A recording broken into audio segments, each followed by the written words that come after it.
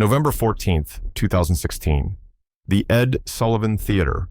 Margaret Walsh sat in the late show audience wearing her best navy blue dress, the one she'd bought for her daughter's wedding 3 years ago. Her hands trembled slightly as she clutched a worn leather journal against her chest. Around her, the audience laughed at David Letterman's opening monologue, but Margaret barely heard the words. She was thinking about Henry. Henry Walsh had died exactly 3 years ago today, November 14th, 2013, a massive heart attack while raking leaves in their backyard. He was 68 years old. They'd been married for 43 years. Margaret was 71 now, and for the past 3 years, she'd been on a journey that both sustained her and terrified her.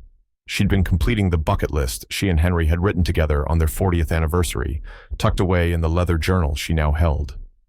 "Our next guest isn't a celebrity," David announced, pulling Margaret from her thoughts. "She's a 71-year-old widow from Ohio who's been doing something remarkable for the past 3 years. Please welcome Margaret Walsh." Margaret's heart pounded as she stood, smoothing her dress with shaking hands. The walk to the stage felt impossibly long. When she finally reached David's desk and settled into the guest chair, she could barely breathe. "Margaret, thank you for being here." David's voice was warm, genuine. "I understand you have something you want to show me." Margaret nodded, opening the journal with careful reverence. "My husband Henry and I made this list on our 40th anniversary. We called it Someday Soon. All the things we promised we'd do once he retired, once we had time, once life slowed down." She ran her finger down the page, her voice catching. "See the Grand Canyon, swim in the Pacific Ocean, eat real New York pizza, visit the Smithsonian, learn to dance, go to a late show taping." David leaned forward, studying the list. "These are beautiful dreams. Did you and Henry get to do any of them?" Margaret's eyes filled with tears. "None of them. We kept saying next year, or when we have more money, or when Henry retires. But then," her voice broke, "then he died, November 14th, 2013, right in our backyard. The list was still in our bedroom drawer." The audience made a collective sound of sympathy. David's expression softened with understanding. "For 2 years after he died, I couldn't open this journal," Margaret continued. "It felt like looking at all our broken promises, all the things we'd never do together. But then, on what would have been our 45th anniversary, I realized something. Just because Henry was gone didn't mean the promises had to stay broken." She looked directly at David, "So I started doing them, alone, for both of us." David sat back, visibly moved. "You've been completing your bucket list by yourself?" "Every single item." Margaret's voice grew stronger. "I flew to Arizona and stood at the edge of the Grand Canyon. I drove to California and waded into the Pacific. It was freezing, but I did it. I came to New York last week and ate 3 different pizzas until I found the perfect one." The audience laughed through their tears. David smiled, but his eyes were glistening. "And the last item on your list?" Margaret's hands trembled as she pointed to the final line. David leaned in to read it, then his face crumpled with emotion. "Go to a late show taping and thank Dave Letterman for making us laugh together for 20 years. Margaret nodded, tears streaming freely now. "Henry loved your show. Every night, 10:30, we'd sit on our couch together. No matter what kind of day we'd had, good, bad, stressful, sad, you made us laugh. You were part of our marriage, Dave. Part of our routine, our happiness, our life together." David took off his glasses, wiping his eyes openly. The audience was silent except for the sound of people crying. "When Henry had his heart attack," Margaret continued, "I was inside making dinner. I heard him fall, but I thought he'd just tripped. By the time I got outside," she paused, steadying herself. "By the time I got outside, he was already gone. I didn't get to say goodbye. I didn't get to tell him I loved him one more time. I didn't get to finish our conversation from that morning about whether we should finally book that Grand Canyon trip." She looked down at the journal, running her fingers over Henry's handwriting. "So I've been saying goodbye this way, by keeping our promises, by doing the things we dreamed about. Every place I go, I bring his picture. Every experience I have, I tell him about it. And tonight, I'm here to keep our last promise, to thank you for being part of our love story." David stood up, walked around his desk, and did something he rarely did.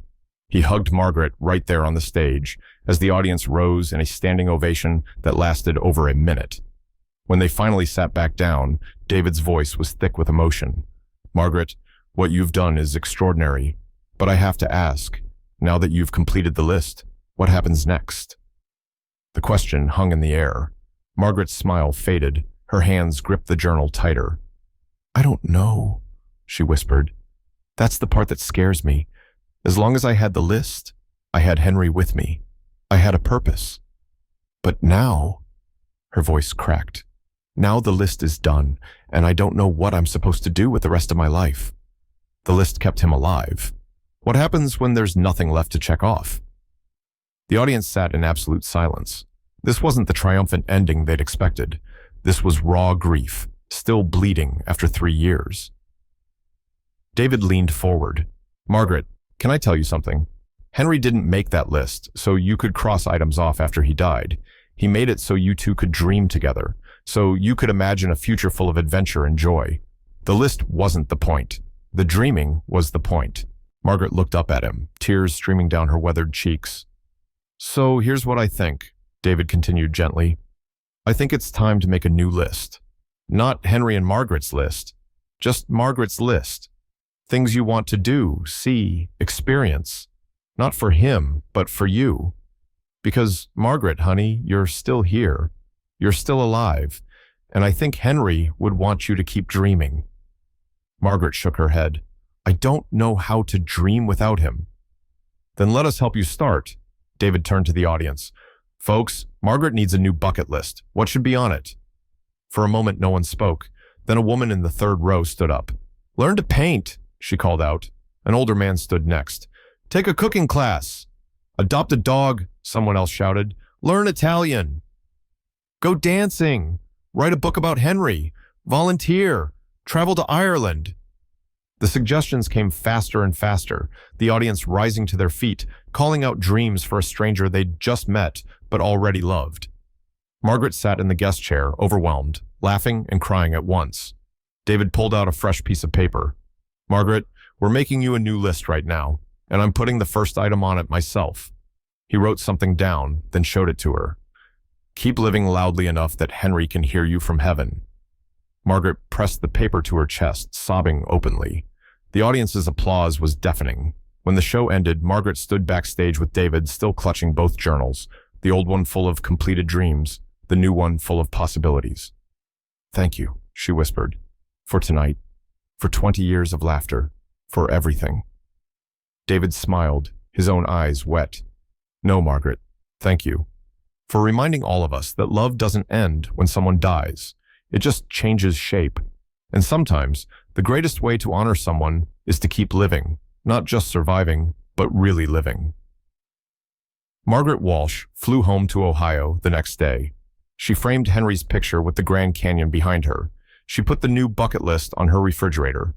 And slowly, carefully, she began to dream again. Not for Henry, not even with Henry, but because of Henry. Because he'd loved her enough to want her to have adventures.